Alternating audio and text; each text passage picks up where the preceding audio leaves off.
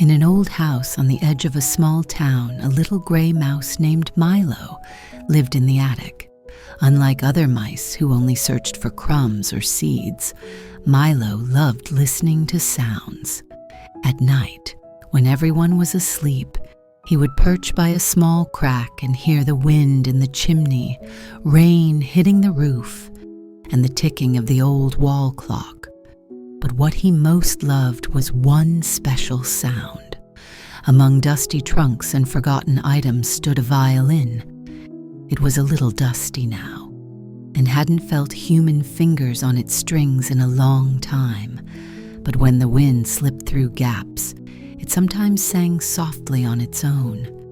It felt like the instrument missed the times when it came alive in a musician's hands. Milo's heart raced whenever he heard it. He felt that this violin held something magical, something more than wood and strings. And though he was only a mouse, a dream took shape deep inside him, to one day learn how to play it. There was one problem. The attic wasn't just his place. In a dark corner lived a cat called Claw, a big ginger giant with yellow eyes. He was the ruler here, and hated when anyone disturbed his peace. So every time Milo crept toward the violin, he felt a cold shadow of fear, and yet beside that fear, a strange courage. Deep down, he sensed his fate was tied to that instrument. One rainy evening, when wind rattled the panes and raindrops pounded the roof, Milo decided to be brave. He slipped from his hiding place and crept toward the violin. His paws trembled, but his heart pounded with excitement. He approached the instrument and paused. The violin stood like a giant waiting for him.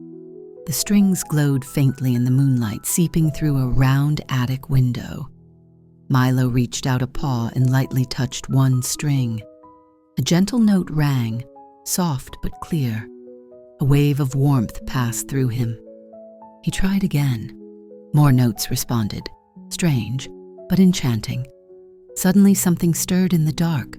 From the corner came a heavy sigh and a rumbling purr. Claw appeared. His yellow eyes gleamed like twin lanterns. Milo froze, holding his breath. He felt every hair on his back stand on end. The cat slowly stepped toward him. The violin lay behind Milo, so close, yet so far. In his mind flashed a choice: run away or stay. If he ran, he might save his life, but lose his dream. If he stayed, he risked everything but might unlock the magic. Milo swallowed hard, clenched his paws, and made a bold choice. Instead of fleeing, he touched the string again. Music filled the attic, and Milo stood small and brave on his stage. Claw froze, his ears rose, his tail paused. He must have not expected to hear a mouse play. Claw remained motionless. His eyes, which a moment ago had shone with a hunter's fire, now looked bewildered. He was used to chasing mice darting in fear, but this mouse behaved differently.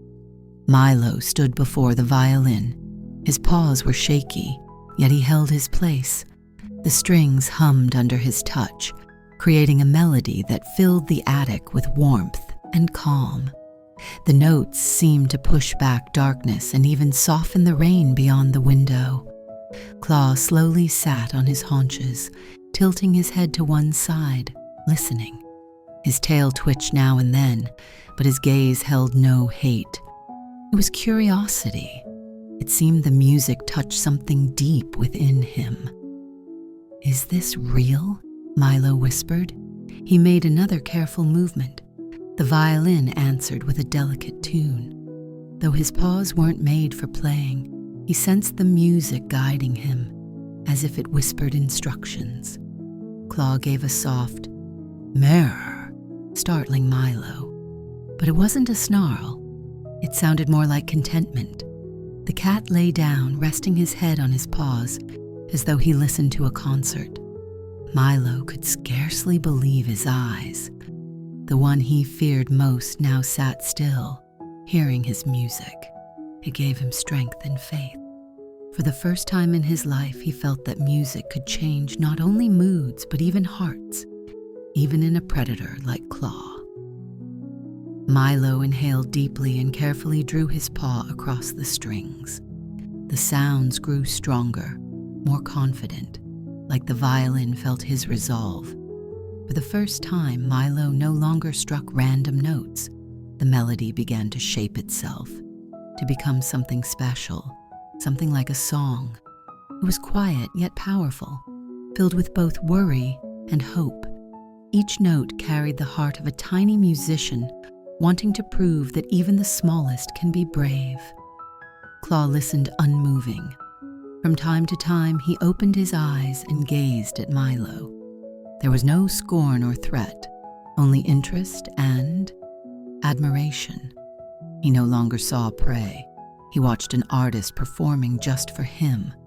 Meanwhile, something miraculous stirred in the attic. The old violin began to glow. Its polished wood reflected light even in the night.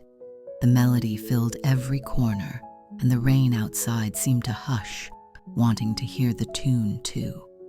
Milo felt fear melt. He no longer thought of Claw's claws or the dark corners.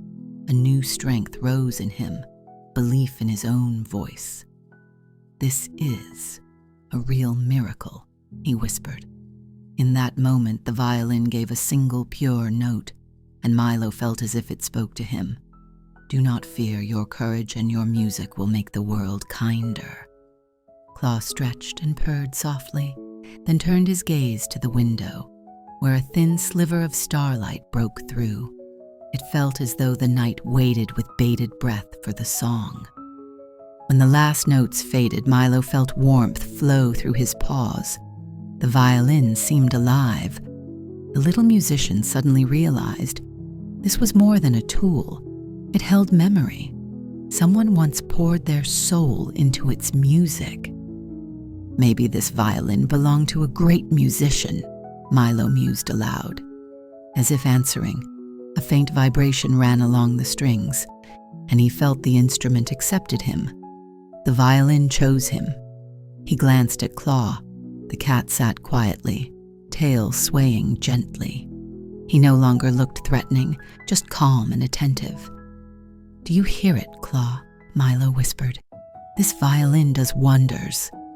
Around them settled a gentle silence, not oppressive, but kind and soft. Even the attic's old beams grew still as if to listen. In that moment, Milo understood. Bravery isn't just fighting. It's opening your heart and showing the world your best. "I found my calling," he said. "I will become a musician. I'll learn to play so even the hardest hearts may open." Claw purred softly, eyes partially closed, like agreement. Milo pressed the violin to his chest. Fear had vanished.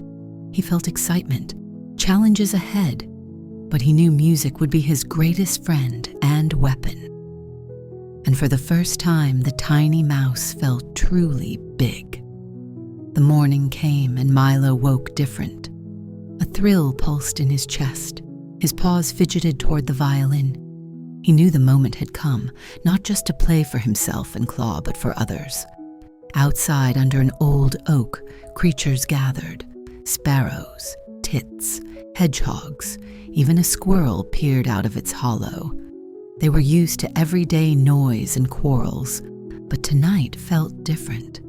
Milo stepped out carrying the violin, which glowed gently in his paws. Claw trailed beside him, not as a hunter, but a guardian and friend. "I want to share a song with you," Milo said quietly, voice steady. He placed the violin on his shoulder, closed his eyes, and drew the bow. The sounds that rose were gentle and warm, like sunshine after rain. They soared higher, wrapping around everyone. Sparrows froze on branches, hedgehogs held their breath. The squirrel dropped its nut, and Claw sat alert, eyes shining.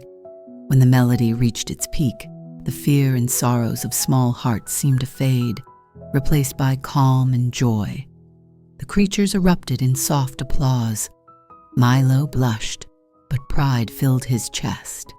He had overcome his greatest fear and found his place among them. "This is just the beginning," he whispered to himself. "The real adventures await." After that performance, Milo's life changed.